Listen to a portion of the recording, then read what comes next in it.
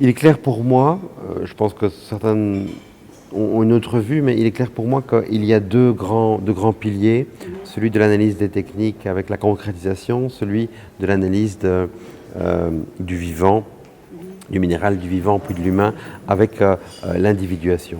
Rétrospectivement, pour nous qui lisons cette œuvre aujourd'hui, la question des ponts se fait assez insistante. Elle l'est peut-être moins pour Simondon.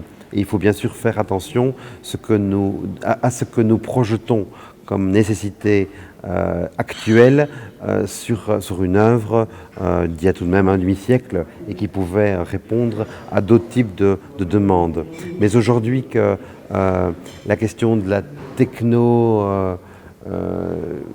biologie se fait pressante, que les liens entre le vivant et la technique se fait si pressant, pour moi, il s'agit d'une grande question. Et je pense que Simondon a esquissé ces ponts, parfois, avec notamment la figure de l'inventeur, c'est-à-dire qu'une individuation pouvait culminer dans l'invention, mais je crois qu'il n'a fait que les esquisser. Et on cherche encore à les construire. Et ce qui, pour moi, est la figure de l'absence, et justement le fait que ce pont n'est pas un pont complet, c'est l'économie.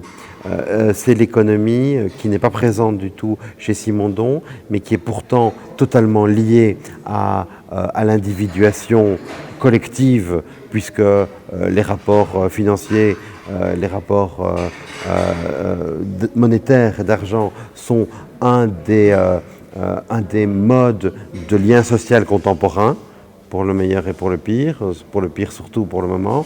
Et d'autre part, l'économie est évidemment très liée à tout ce qui est technologie. On ne peut pas penser la concrétisation technique sans penser à tous les investissements financiers qui sont faits. La technique est d'abord un technocapitalisme.